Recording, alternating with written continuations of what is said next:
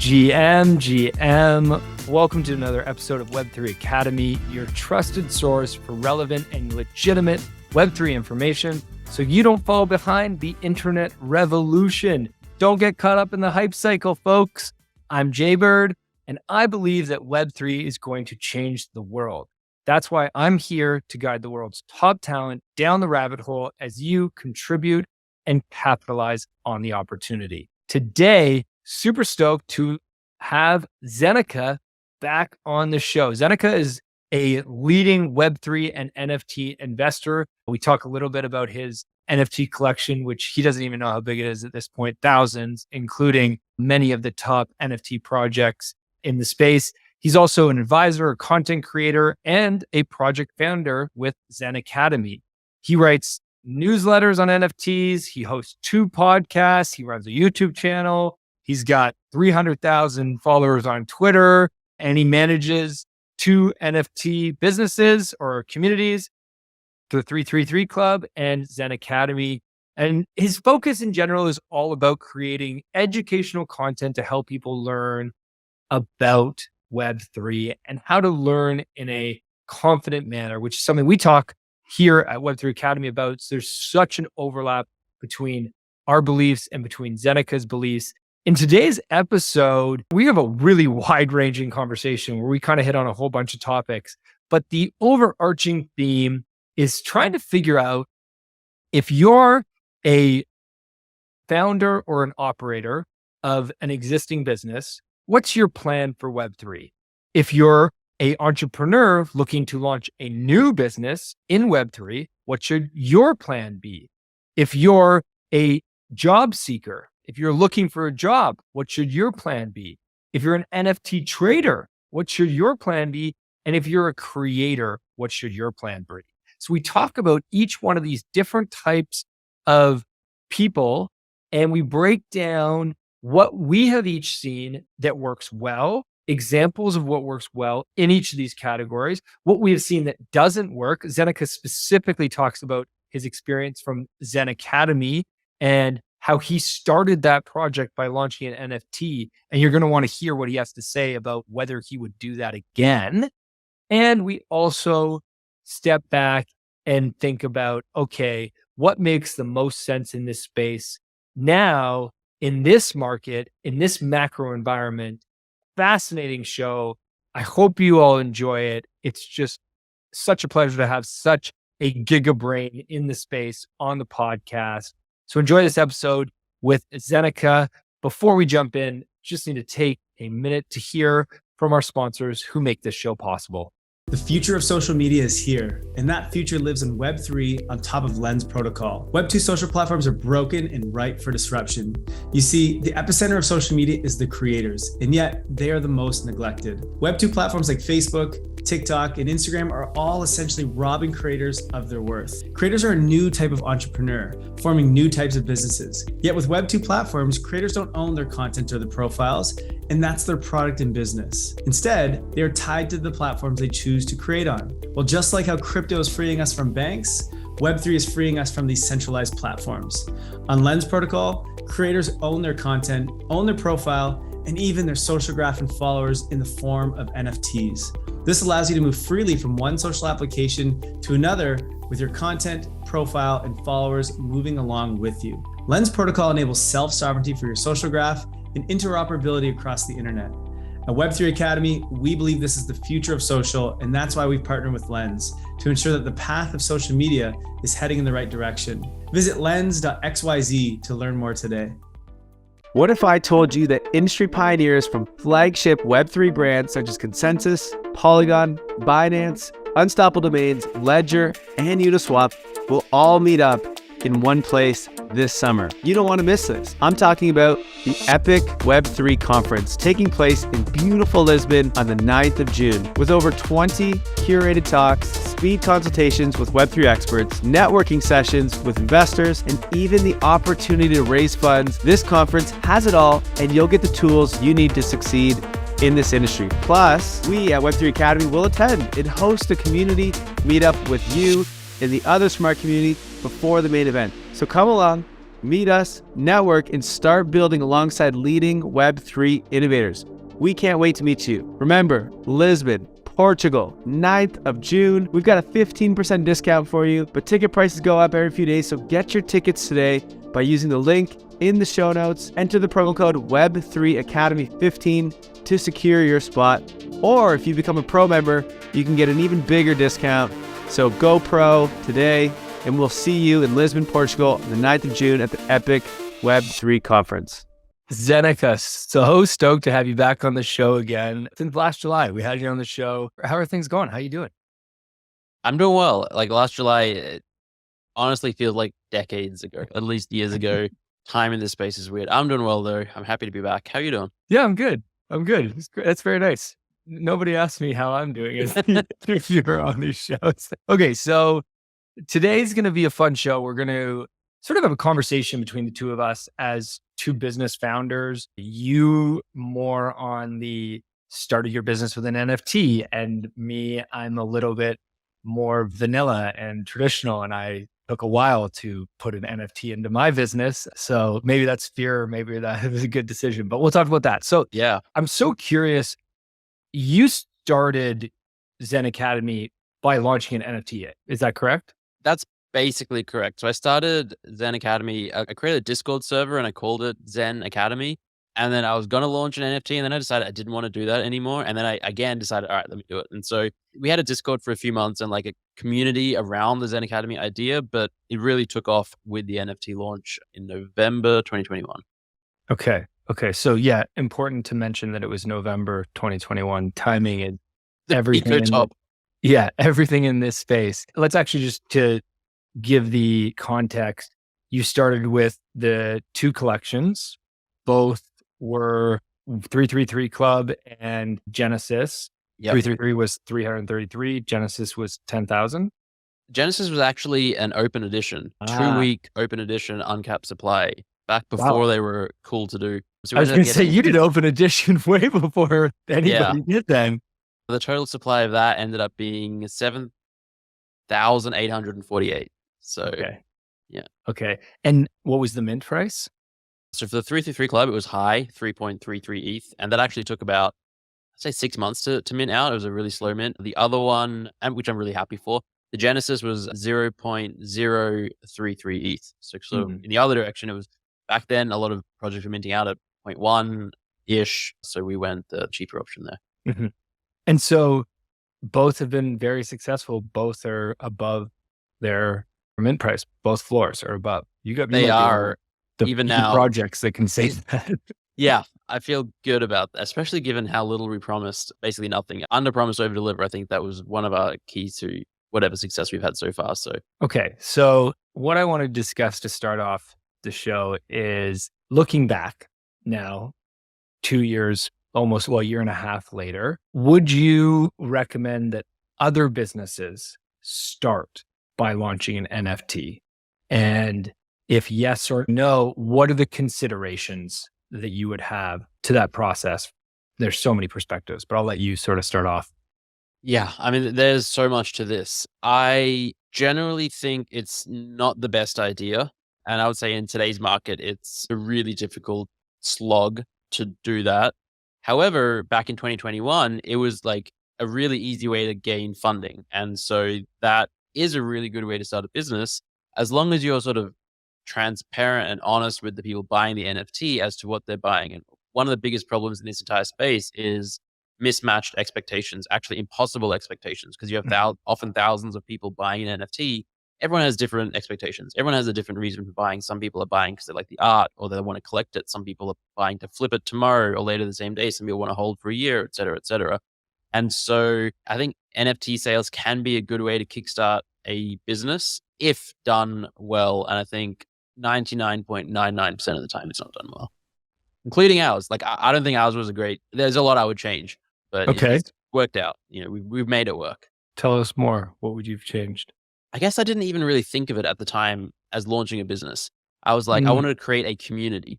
And over time, it obviously naturally and organically evolved into a proper business where I was thinking about, revenue streams and employing other people and all that kind of stuff. But it really just started out, I just wanted to bring together a community. I had no roadmap. I was like, I'm going to figure it out where I go from here. And I would say it worked. It served its purpose. It's worked well. I'm really thrilled with where we are. But I think, knowing what I know now, I'd never been a founder before. This is my first business, first startup, all of that. So I think everyone who's probably done multiple startups has that same thing where you do things a little differently going back. And I would definitely do things a little differently. I would probably treat it either fully like a community or fully like a business. And it was sort of been in this weird middle ground for a while, like I think most projects are. Now I think we've got a lot more clarity about what we are and how we're operating. But for a long time, it was like, I just figured it out as I go along, and it worked, but I just have more knowledge now and I would do things differently next time around. Yeah, I think any founder who wouldn't do things differently, Yeah. they either failed miserably and they don't want to talk about it, or I don't know. I don't think it's possible not to make mistakes. Okay, so I actually want to touch base on this point you made of business versus community, because that's an interesting point. I very much think about things from the business mindset, and I agree with you. If I were to start a business now, not only because of the market conditions, just in general, I would not launch a token in the beginning, whether it be NFT or fungible token. That would not be where I would start. And my own business is a good example of that. We at Web3 Academy, we didn't launch an NFT until over a year into the business. And even then, our NFT is tied to our newsletter premium subscription. There's no art to it, right? It is a pure utility-based NFT. Like, I don't even know if I would call it an NFT. Like, we call it an NFT because it's buzzworthy and everybody wants an NFT and it's great marketing. But it took us a while to launch one because, quite frankly, in our case, we were worried about the expectations of the holders. And, the best line I heard recently was when Luca Netz was on Overpriced JPEGs, and he said, having NFT holders is like having a startup and equity holders all at the same time, except your equity holders don't have experience. So it's not like they're coming to you being like, oh, here's the roadmap and the playbook. I've done this with 10 other businesses. No, they're just yelling at you about the floor price. Yeah, that sounds about right. And you have thousands of them. And you have thousands of them. Yeah. Before we go on this community thing, though, that's interesting. Maybe the one way that you would start with a token is if you were launching a community. Can you think of an example of that? I feel like everything's a business to me. That says a lot about my background. I think generally, if you want to build a community, I wouldn't advise launching a token. And I think that just confuses things. It just automatically adds money to the equation, and unless you do it some other way. There have been some good examples. GMDAO is one that comes to mind. I think the founder just basically started giving out tokens to people who just engaged on Twitter and sort of seemed like good humans. And he's just like one by one built this incredible community of people and then turned it into a proper DAO. And then now they auction off some tokens for treasury and all that kind of stuff. But it really was built one by one from the ground up. I think that's a good option. But yeah, I think if you're trying to build a community, generally don't want to add financial speculation into the mix, especially early on. It can obviously work. We've seen it work a bunch of times, but it just makes things more difficult. I mean, I feel like this is where the free mint model has worked so well. The problem is they don't stay free forever. And again, it's like free mints are great. They're very equitable and anyone can participate almost. But then like with Goblin Town, they went to a 9 ETH floor. And even if they get to like 0.5 ETH or 0.2, now you have people that minted for free and they have one set of expectations. And then you have people that paid 0.2 or 5 ETH or whatever, and they have different expectations. And the other thing is that, sure, there's royalties, or there was, that's a whole other topic. But if you mint out at 0.05 and then the floor price runs up to 3 ETH, someone buys it, either the founders or the team don't get 3 ETH, that you're buying it from another person. But then they're sometimes thinking, well, I've just paid 3 ETH for it. I want 3 ETH worth of value. When in reality, you should only quote unquote expect what the original mint was, plus potentially a little bit of royalty. There's a tension there for sure. Later in the show, I want to talk a bit about NFT trading because I think both of us have perspectives on that. Okay, let's see if we can come up with, if you're launching a new business and you want it to be a Web3 business, what's the 3-step plan for a founder to launch that business? What do you think the steps are? And you don't have to give the 3 steps. First of all, start with why. This is just, I think, something really important everyone should do. Think about why you're doing this. Why do you want to start a business? Like that's a thing that a lot of people skip over that step. In a way, I did as well. Like I didn't set out to start a business. I was like, let me just experiment, launch an NFT, see where this leads. And then I ended up creating a business. I didn't necessarily set out to do that. Think about like product market fit. Like how can you deliver value to other people? You can't create a successful business unless you're offering something of value that other people want. Could be content, could be a product, could be software, could be whatever. Think about those and then think about how you're going to make money. All of these steps are before you even do anything to actually launch the thing. Before you open a bank account, you got to think, measure twice, cut once, just think a lot before you actually start it. And all these things they're not unique to a Web3 business. No, not at all. Any business, any organization you start. I love that you mentioned start with why. What's the why of Zen Academy? The why was to help people. And it's very general. It's evolved. Originally, it was to help people understand NFTs and Web3 because I had just gone through 2021 myself learning about this space, and the learning curve is steep, and I made a bunch of mistakes and I lost a bunch of money. And it was just everyone I spoke to went through the same experience. And we'd all had this instance where like a family member or a friend or a coworker comes up to us, especially in 2021 when NFTs were buzzword of the year. And they're like, hey, you're into NFTs. I'm interested. How do I get started? And there was no good answer. There still aren't too many great answers, but I wanted to provide a solution to that problem and situation. So I thought, let me help onboard people into NFTs specifically. That then expanded to Web3 and crypto at large. And now it's expanding even further where it's like, all right, we're going to teach people about more than just this. Like AI is obviously the big thing now. It's like emerging tech and like how to prepare for the future, but also just how to, I'm a big fan of philosophy. So a lot of my writing is on how I think about the world and how to think. And I think that people find value in that. So it's at its core, it's literally just helping people. And I think that if any business can do that, then have a good chance to succeed. You have to have a why when you start, but you also have to understand it could easily change and it's fluid. And product market fit is one of the most important things. And you mentioned that. And in order to find product market fit, you need to look at both sides. And there's the product that you make, but there's also a market that you naturally attract. A lot of businesses, especially now where everybody is a creator and a lot of people can start a business off the backs of their platform, right? Similar to what you did. You know, you have a platform on Twitter or whatever social media it might be.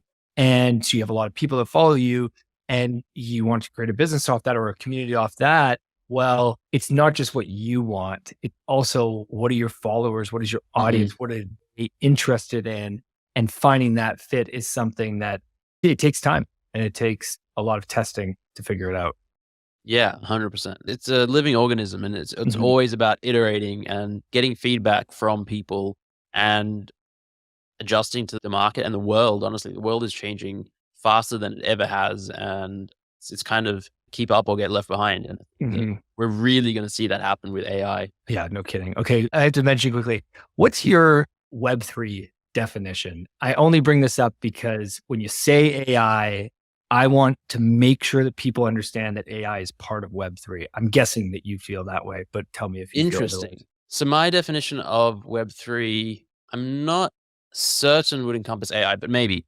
So I think of Web 1 as the early days of the internet where you can read content. Web 2 is read and write where you can add to social media and blogs and all that kind of stuff. And then Web 3 is read, write, and own where you now have the ability to own digital assets. But coupled with that is the creator economy. And I think AI unlocks the creator economy, but I wouldn't naturally, I think, group AI in with Web 3.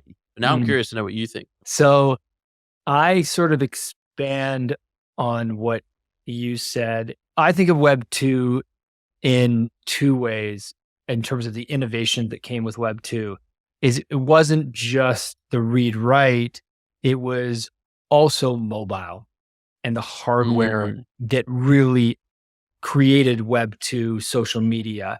So when I think about Web 3, I think about basically what are the emerging tech that fit into the current time, right? And it just happens to be that there is, I don't know the exact number, but I think Raul Paulo said that there's like 10 emerging techs right now that are all happening at the same time, Mm. right? We're in the exponential age, the first time we ever had this many. So I would include crypto and blockchain, and I'd probably keep them separate. Like I'd make them two separate categories. NFTs would fall within blockchain in my mind.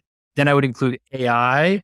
Then I would include the hardware that's coming. So VR, AR hardware, and even wallets might have a place in that, like hardware wallets or whatever happens with the future of wallets.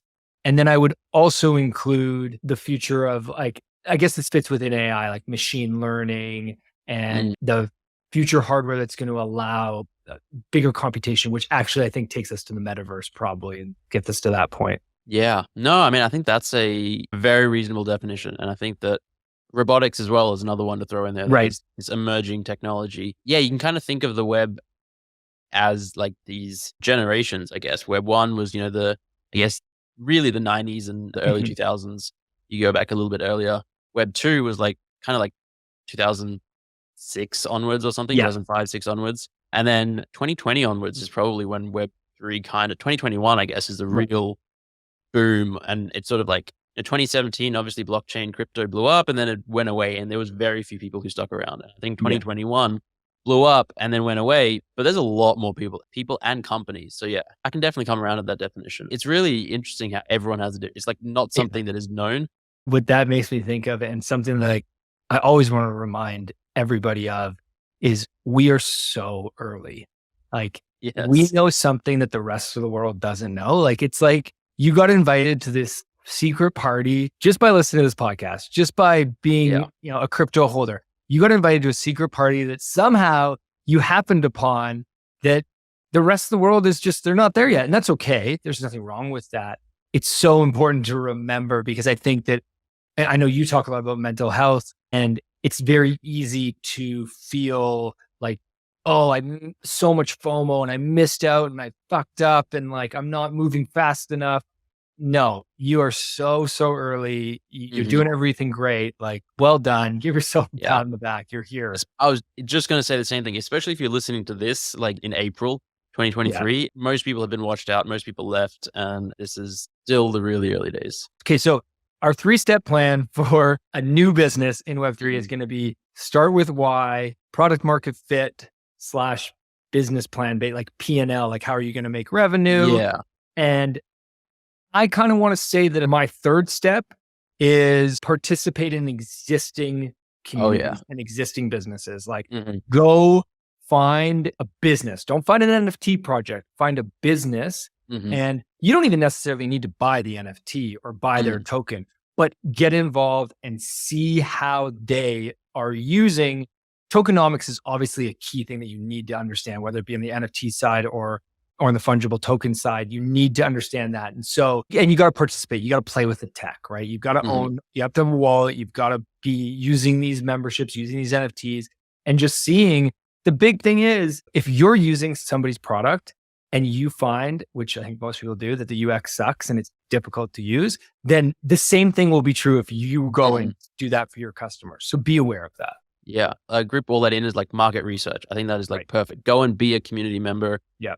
There's no substitute. And we see it all the time where someone, and often people who have like tremendous Web2 experience, they were like 8-figure entrepreneur, raised, and exited 5 startups, worked at Google, all that kind of stuff. They come in and they absolutely fall flat on their face in Web3 because they don't get it. And they miss the critical step. Step 3, actually, then. Okay. So step 1 is start with why. Step 2 is market research. And step 3 is join the 333 Club because that's the community that you need to there help you go. you. Yeah. There's so many founders in there that we will help you.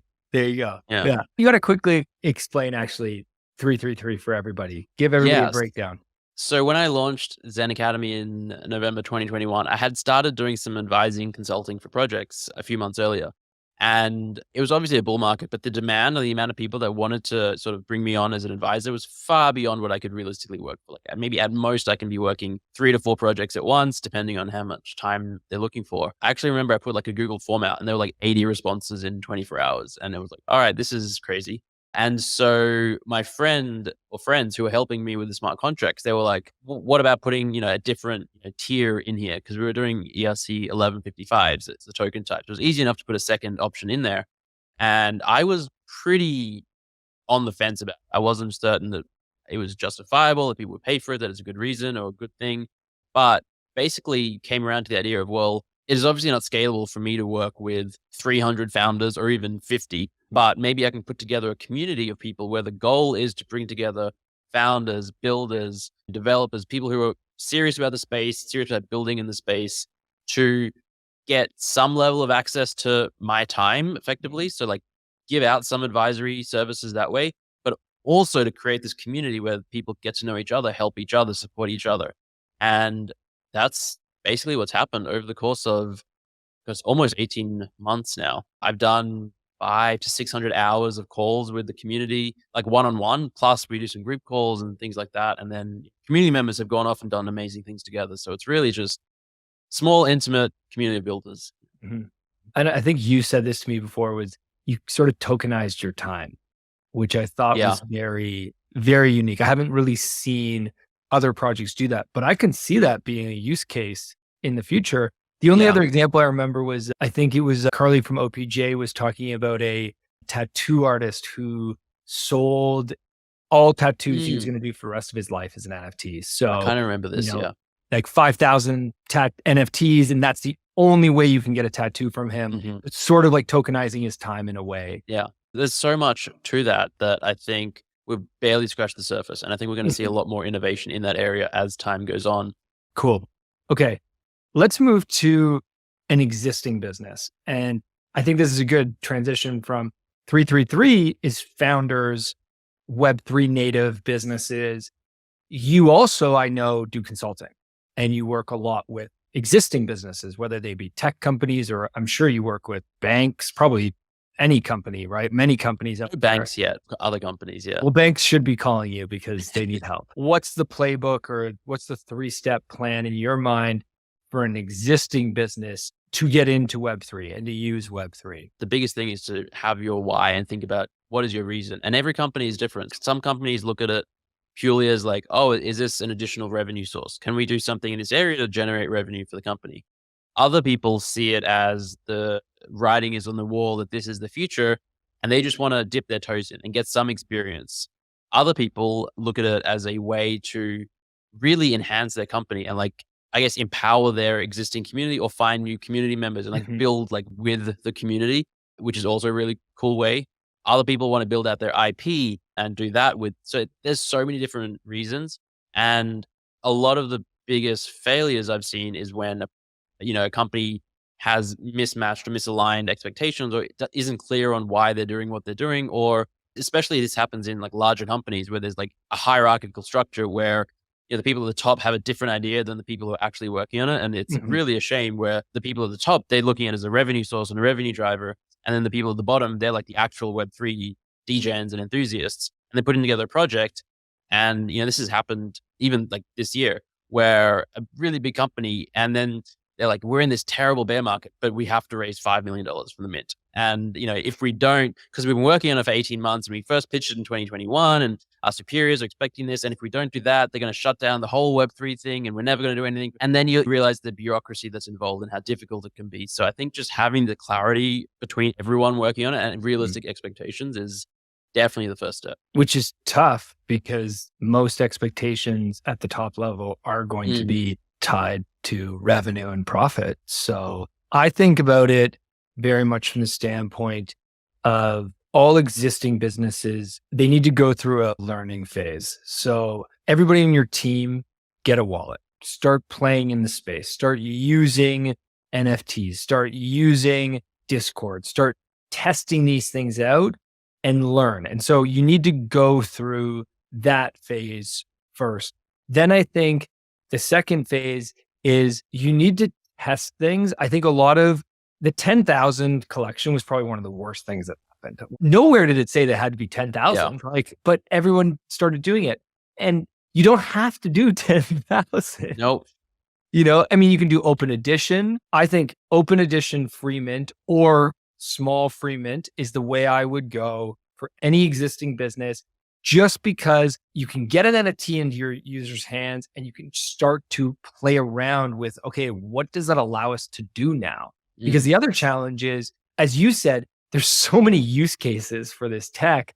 It totally depends, right? On like you and I could rhyme off so many 10 different examples right now of how you could use this tech and it would achieve different things, from everything from, customer feedback and engagement to community to product development. Like there's so much you can Literally do. everything. Tickets. I mean, art, collectibles. Oh yeah.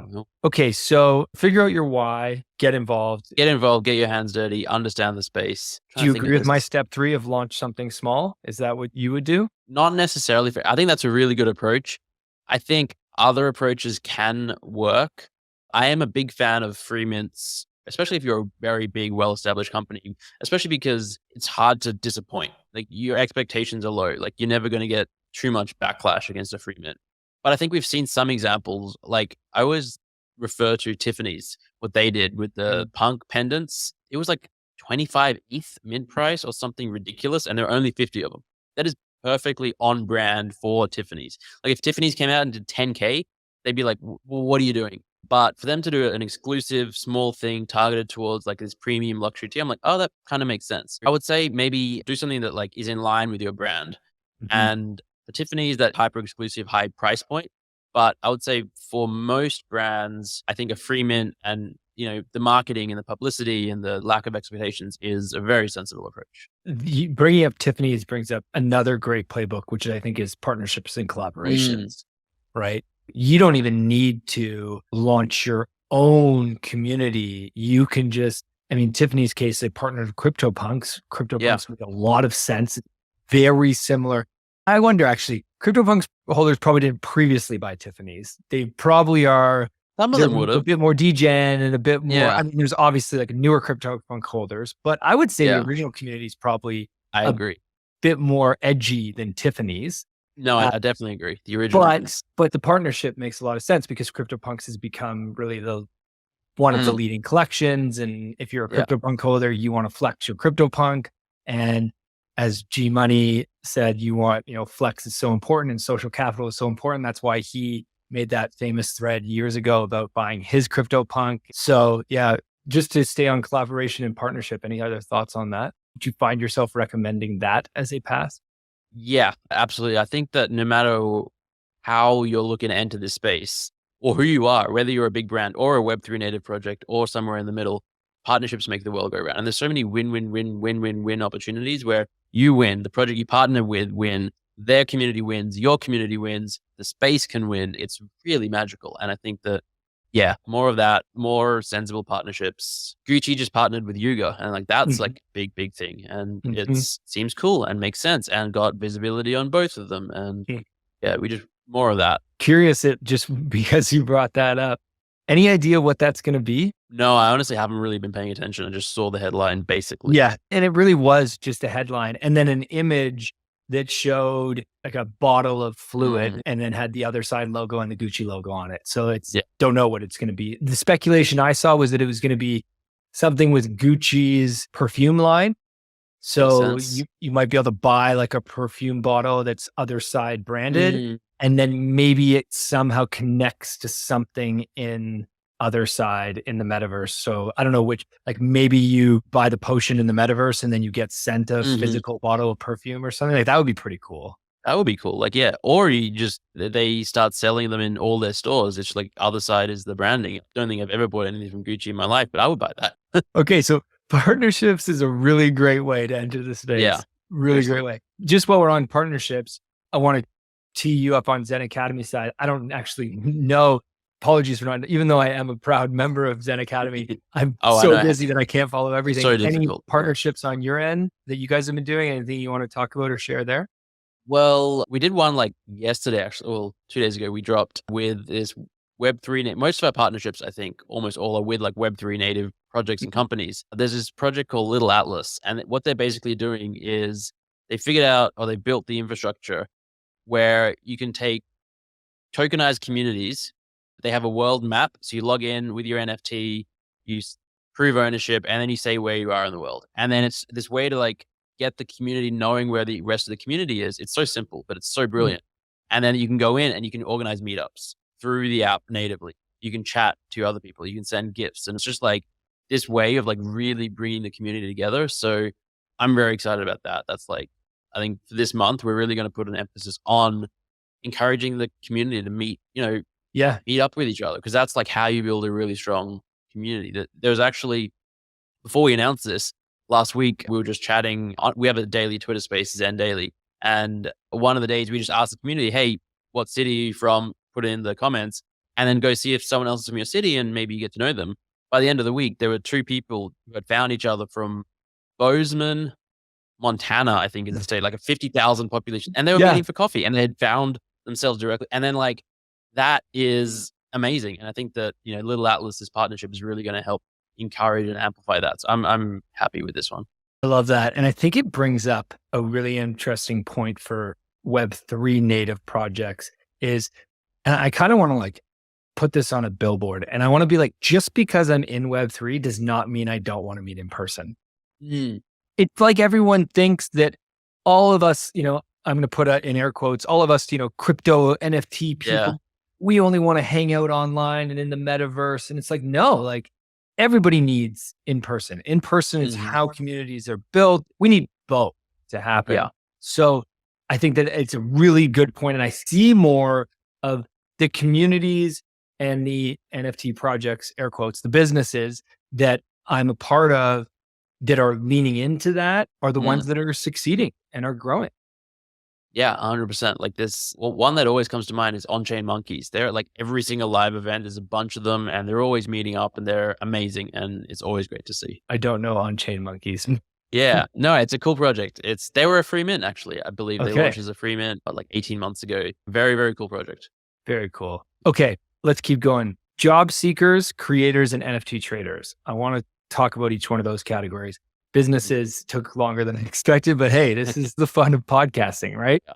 Okay, let's talk about job seekers. We have a lot of job seekers in Web3 Academy. I think you do in Zen Academy. I mean, I think pretty much, as we both said before we hit record today, in any community, there's a lot of people that see this as an opportunity to advance their life and change their trajectory in their life through a new career by getting in early, which I completely agree with.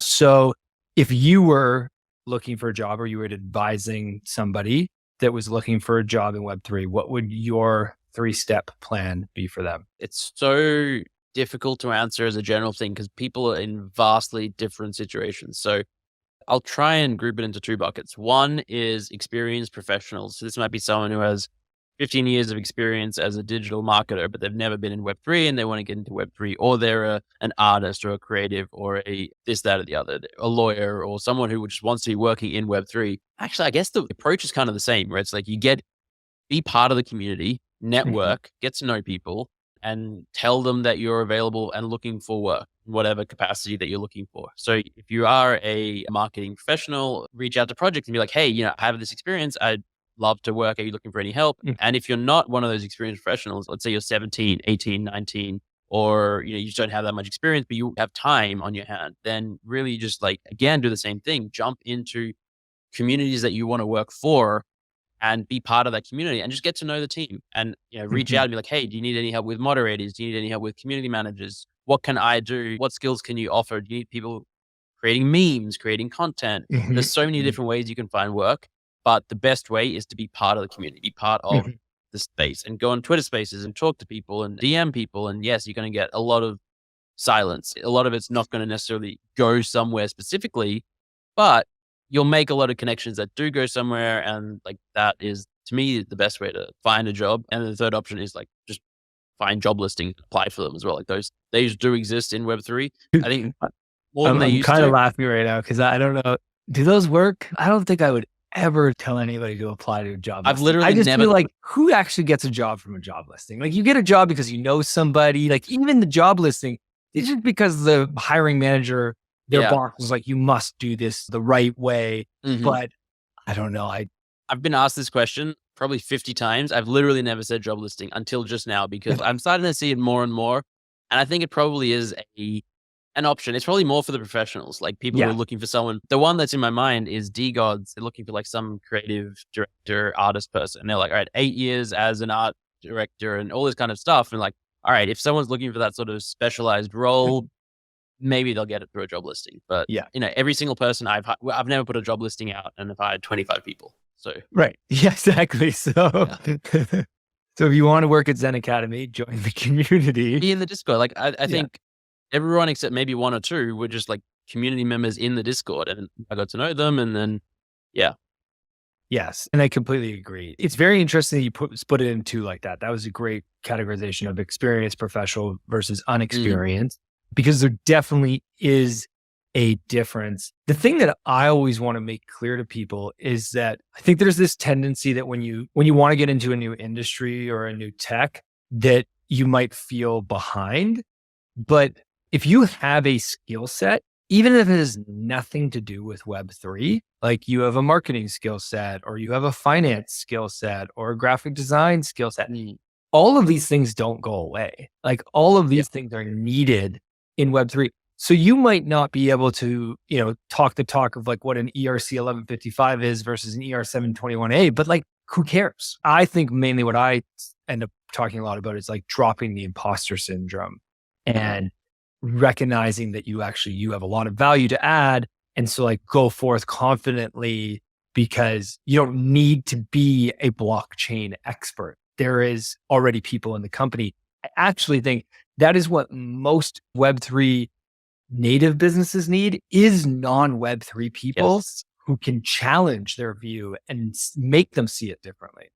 I totally agree. And again, we're starting to see this, like the space is evolving and maturing a little bit. Back in 2021, it seemed that everyone was rejecting anything Web 2 like, and they were like, Web 2 is bad. We're going to do things our way and the new way. And yes, maybe there's some bad stuff in Web 2 that you don't want to bring forward, but like there's decades, centuries of business knowledge and experience and marketing knowledge and accounting and all this kind of stuff that you should not just throw out. And now we're starting to see all of that stuff come trickling back into the space, like paid marketing and affiliate marketing and referrals. It was very frowned upon and shunned back in 2021.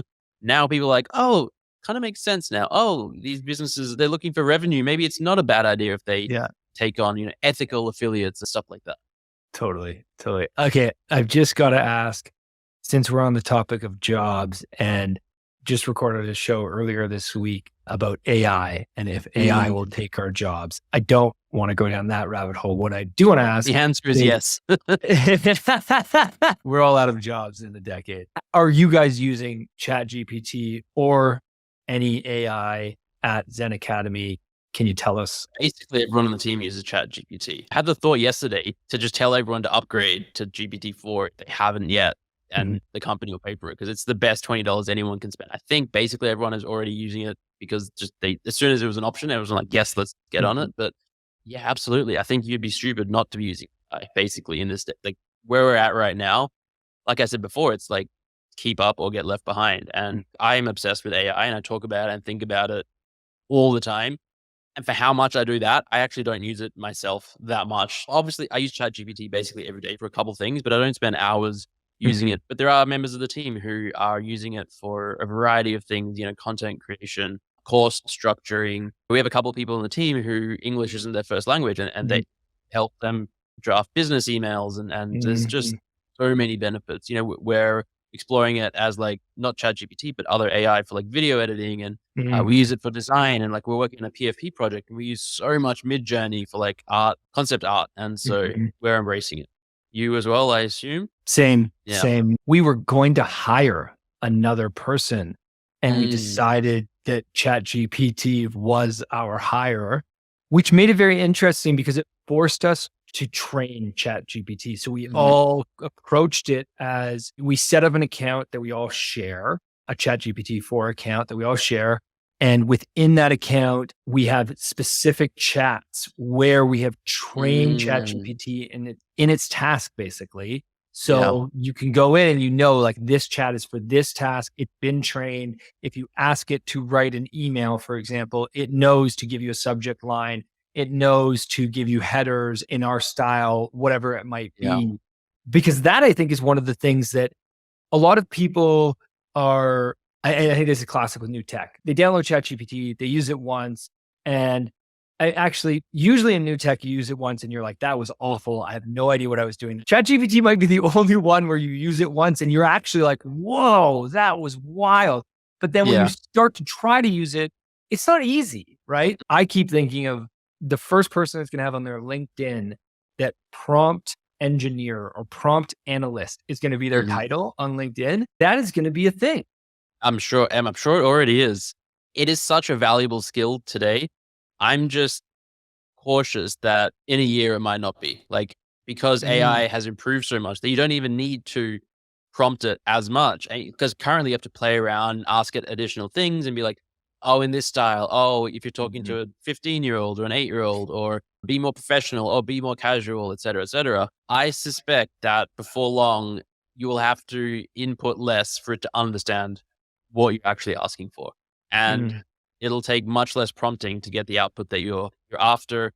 Plus, there'll be so many resources out there of like the types of prompts to use, or there'll be like layers built on top of it. So I think prompt engineers are like one of the most in-demand things in the world right now, and probably the best way you can spend your time is by being better at that. I don't know what a good example is, but like, you know, in the early days of like website creation, knowing HTML and like how to do that was like very in demand. And then like WordPress came along. Oh, I guess we don't need that anymore as much. So I think it's probably something similar. Interesting. That's a good take. Let's do NFT traders next, and then we'll see if we have time for creators. Before we talk about what the 3-step plan should be for NFT traders, let's just talk about the market as a whole. How many people do you think are NFT traders right now of the current market size of NFTs? Is it 90%, something like that? Is it mostly NFT traders that are causing all the volume? If we talk about volume in terms of amount of ETH or money being turned over, 98% of that is by day traders, active traders. If we talk about the number of people who own an NFT, then like you said, Reddit and people who bought one a year ago and it left the space, they still have one. It's a much smaller percentage. Let's say the people who are actively involved and interacting with the space. So I'd say probably don't include most people who have a Reddit NFT that they've never actually self-custodied. People who are like checking it on Twitter and jumping into Discord. There's maybe like 50,000 of us active at the moment. It's bleak. I would say maybe 70 to 80% would consider them an NFT trader. Okay. And does NFT trading make sense? Is it a good idea? Like, is it a profitable thing to do? It is a terrible idea for 95-ish% of people. But just like trading the stock market, just like trading. Same with day trading. Day trading is a terrible idea for most people. Like, most people can't do it. Most people vastly overestimate their own abilities and underestimate the market's abilities. And people think that they're good at it. And honestly, for a long time, the market will, you'll get lucky, or you'll be right place, right time, and all that kind of stuff. But in reality, honestly, it's like temperament more than anything else, and the ability to think logically and remove yourself from the emotional side of things, but also analyze projects and know when to get in. It's not for most people. And as I said earlier, I believe that we're early, and I really do believe that we all know something that the rest of the world doesn't yet know.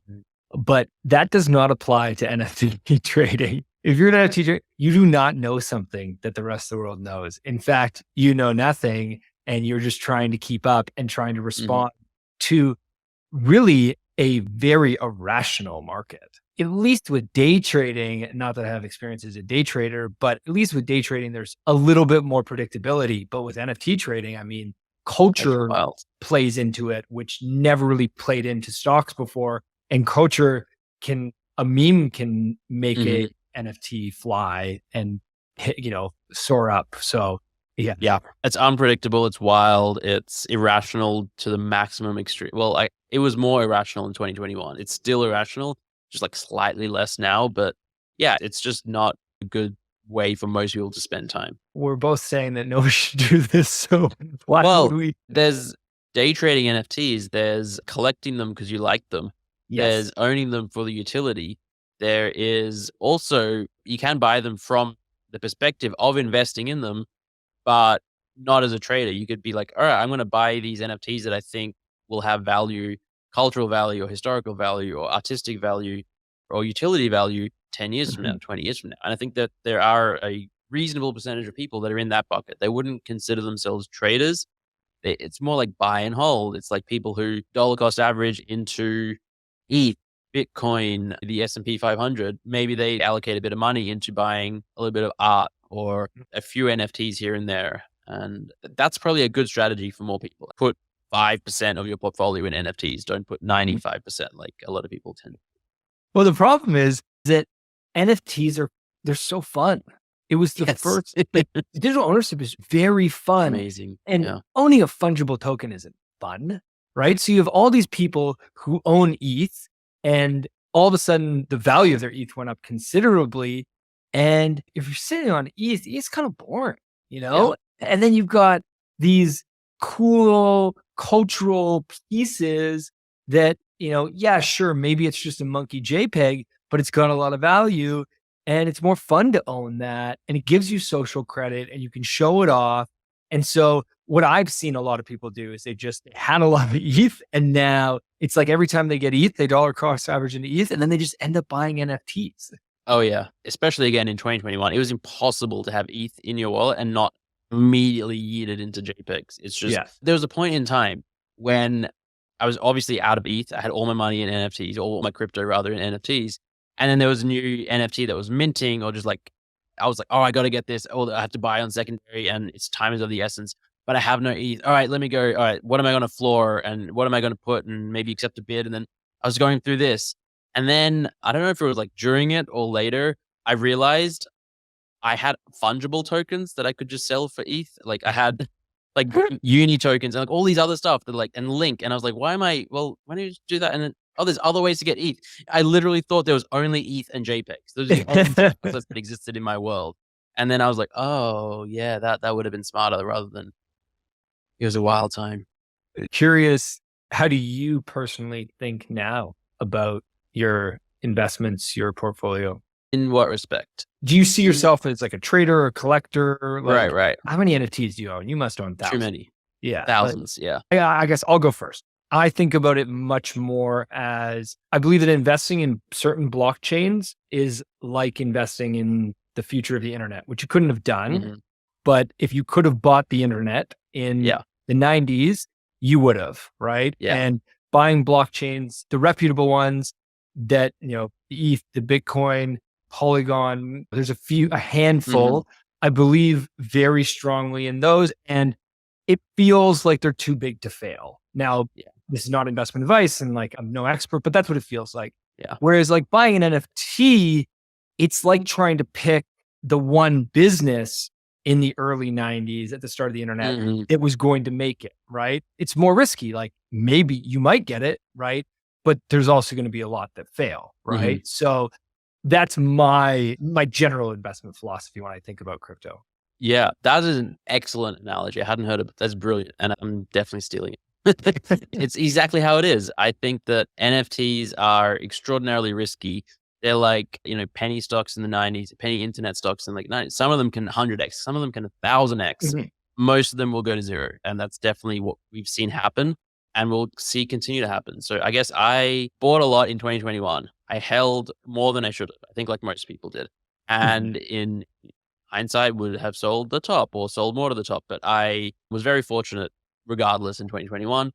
I don't trade almost at all anymore. And I haven't for many months. Running a business, creating content, all the other stuff. It was just, there's not enough time. But I will occasionally buy things that I really like with a view to hold or just maybe as an investment or just because I think that, you know, I just like the art or something else. For the most part, I've just been slowly selling for the last many, many months. I think it was like the Marie Kondoing of my like digital assets. I just want to clean them up and just, you know, not worry and have fewer collections on my mind. And honestly, I've been saying this literally since 2021, but I've only more recently actually started to sell in the last, I would say 6 months. I've started selling and I'm going to continue selling throughout the year just to clean it up.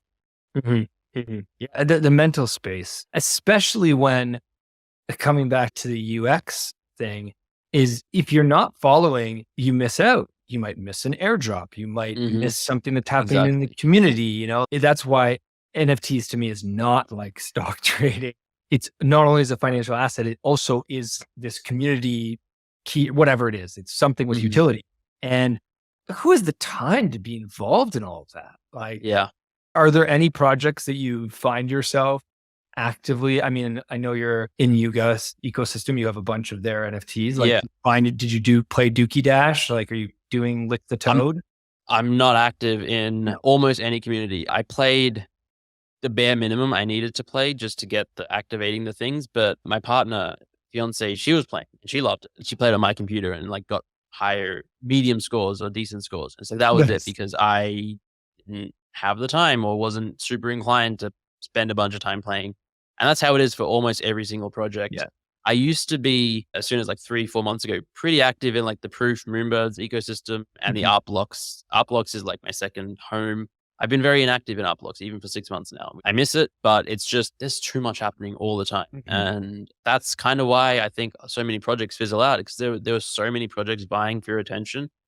And if you have your own project and then you have a life outside of crypto and Web3 and NFTs, there's just not enough hours in the day. So you have to pick and choose. And I think that, yeah, I really don't pay that much attention to too many. The memes by 6529 is increasingly becoming one of my favorite projects and collections because it doesn't really require, it does in the sense that you have to stay on top of when the mints are each day and like each week. But in terms of like actually holding the NFTs and just, there's no roadmap really. It's just like, I'm just going to hold these and hope in 10 years that they're cultural artifacts. It's just art, right? Like, basically, yeah.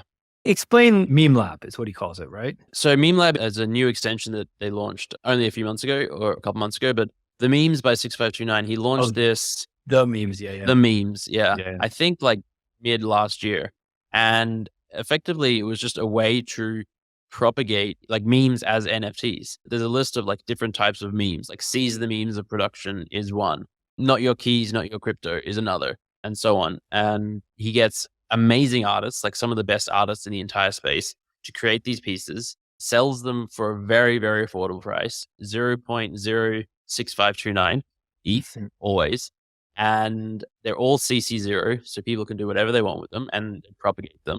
And there's been a lot of them. There's been like 80 different memes released over the course of the last 7-8 months. And there's no indication of slowing down. There's like every quarter, I think there's going to be another set. And, you would imagine just goes on forever. And the idea is to get these memes spreading. And like the best example you could possibly imagine happened about 12 to 24 hours ago. Elon Musk tweeted one of them. No he just way. tweets out, seize the memes of production.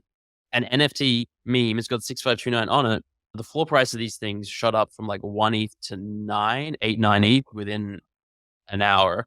Now they're back to 1 ETH, as you'd always expect. I think Elon went through and actually deleted that tweet. Maybe he didn't even know that it was a NFT. Probably not. But that's the entire point of what 6529 is doing, is like to propagate these ideas. And he's doing an excellent job of it. And he's my favorite person in the space, I think. So one of my favorite people, I would say. Cool. Okay. Let's talk about creators quickly. And creators is probably the hardest. We left the hardest one to last, I think. I'll let you go first if you have thoughts on, if you're a creator and you can decide whether you want to pick a category of creator or whether you want to speak to them all, what would be your recommendation to them as a 3-step plan to utilize Web3 tech?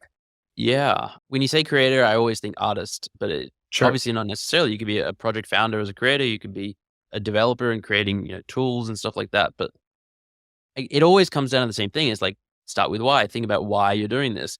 And to use artists as an example, there's a lot of reasons an artist might come into Web3. It could be to make money. It could be to sell their work to a different audience. It could be to connect to people all around the world. It could be to, money is not even part of it. It's just this new technology that they're interested and curious about. And to do that, it could be to engage and connect with other artists and all that kind of stuff. So just have that clarity is the first one I would start with. What's so interesting about the advancement of tech is as tech advances, it becomes easier and easier to start a business, but also to be a one-man show. Really, that's what the creator economy is all of a sudden you had millions of people who were making money all on their own. You couldn't have done that 10, 20 years ago. You didn't have the ability to make video content or make written content and then have millions of people read it, right? You would have had an outlet that had that audience and had that traffic. And so I think if you're a creator, whatever it is, whether you're an artist or any type of creator, but I also think about it like artist, and I also include like the influencer social media category. Content creator. Yeah, content creator. Yeah. This is your opportunity to cut more middlemen out, right? And so I'm not actually sure when I would launch something in the space that I'm kind of hung up on. Like if I was a visual artist, that feels easy. Like I would just start making NFTs and just see how it goes. And that feels simple. But others, if I was a content creator, I'd be trying to use Web3 platforms, although I probably wouldn't push too hard into them because the UX is so shit. That it's a bit early. It's a bit early, exactly. But I would try to experiment. So I'd be like on Lens, on Farcaster, like trying to experiment with them. Or if I'm a musician, I'd be calling up Ticketmaster and trying to be the next one for what Avenged Sevenfold did. And be, that was so good. Like the next beta for that. Like, it feels less clear what the playbook is. Yeah. Next point I was going to make is sort of, again, this applies to everyone, but have like relatively low expectations and like don't come in thinking that Web3 is going to be the answer and solve everything. And, it's going to be the way to like unlock all of this amazing potential. It has the power to do that, but we're very early. The UI is clunky. The space is small. It's going to change a lot, but it's the time to be understanding the technology, because when the next wave comes, when adoption happens, when it all takes off, you don't want to be jumping in then with 100 million other people trying to figure it out. You want to be one of the 100,000 people that were here before, and you already know what's up and how to mint an NFT and sell this thing or token gate your content or, whatever it is that you're trying to create. And something 6529 says always is that everyone should mint their own NFT. Just try it. And it's easy to do. There's a lot of no-code platforms out there. You don't need to be a dev. There's basically like the WordPress of smart contracts. It already exists in multiple forms. Go mint an NFT, see what it's like, and deploy your own contract. It's something that, everyone should do. I love that. And I love your point about managing expectations, because it sort of takes us back to the first topic of don't do this for revenue. Because if you do this for revenue, you're probably doing it for, you're going to do it for the wrong reasons. B, you could be very disappointed in the results. I hope that everybody approaches this more as, like we're okay losing money on this, but by being there, more opportunities will come. If you're in the game, you got a chance to win. If you're not even playing, you don't have a chance to win. But if you expect that by winning, you're going to make a bunch of money, then dangerous. Yeah. 100%. Under promise, over deliver, even when you're thinking about yourself. That's right. Okay, let's put a wrap on this. We talked about Zen Academy, but how can people join? What do you want people to do? How can they follow you online? Give your show. Yeah, no, appreciate it. So with Zen Academy, there's a few places to go, but if you're new to NFTs, we have this email course designed. It's called 30 Days of NFTs, 30, the numbers, and then days of NFTs. Find it at 30daysofnfts.com. Go enter your email address. That's it. Every day, for the next month, you'll get an email teaching you what an NFT is, what a blockchain is, what a wallet is, how to set it up. I say it's like safe for your parents. And like, it really is the answer to that question that I had when I set out 18 months ago. It's like, where do you send people who first they come to you and ask about NFTs? 30daysofnfts.com. Otherwise, at Zen Academy on Twitter, zenacademy.com. Love to join the Discord. Actually, we have a free NFT on zenacademy.com/enroll, or go to the main site and you'll see a link there. Student IDs. So this is free for everyone. They're soul bound, so you can't trade them. There's no financial speculation, but it's our way to give everyone access to an NFT. And that will get you a few perks actually in our Discord and with our partners. So that's where I direct people to. And then there's so much more to dive into if you're curious. But how does 30 Days of NFTs going, by the way? Can you share some numbers? Yeah, it's going well. About 7,000 people have taken it. We launched in, I think, early December. So it's been like 4 months. And do you get a completion certificate or anything else? Not yet. That is the plan, is to incorporate certificates. Actually, we had this whole badge system with the student IDs and stuff like that. Not yet, but we have like all the emails. So, if you've taken it, you'll probably get a follow-up email at some point in the future saying, hey, because you finished you got all 30 days, you can go and maybe do a quiz and then get access to this thing. Amazing. Okay, one final question. I was checking out our last episode. I think I probably asked you this question. I don't remember what you said, but I'm sure you don't remember either because the last time we spoke was like 6 months ago, which is like 6 years. Forever. But this pulls on your philosophical mind. If you had a billboard that 1 billion people you did ask me were to this. see, Yeah. what would you write on it? I don't remember what I said last time. I think Okay. I do remember being unsure of what to say. I was like, oh, I don't know. But I have a very clear answer this time. Pay attention to AI. I would use all of the space to tell people, however I can, you are not paying enough attention. It is going to change the world in unimaginable ways. Almost no one is prepared. And you need to almost wake up and pay attention. It is paradigm altering, I think. I'm in a bubble of technology and people are crazy about AI. And even within this bubble, I think most people are not taking it seriously enough. So I think that if you look at the world, there's 7,900,000,000 people who are not taking AI seriously enough. Yeah. I like it. That's good. You're the first person to say that. That's for sure. Okay, man, this is awesome. As always, an absolute pleasure. Thanks for the time. Thanks for everything you do in the space. Deep bow. We'll look forward to the next time we get you back on. Thank you so much. It was a real pleasure. Thanks so much for listening, everybody. Have a great day. Thank you for listening to Web3 Academy. We hope this helps you along your Web3 journey. And if it does, please share this episode and subscribe so you don't miss the next one. Nothing in this podcast was financial advice. Crypto and Web3 can be risky. You can literally lose it all. In fact, if you invest on account of what we say, you probably will lose it all. So don't do that. In all honesty, the point of this podcast is to remove the noise of markets and price and focus on utility and implementation anyway. So you should not take any of this as financial advice. Thank you, friends, and see you in the next one.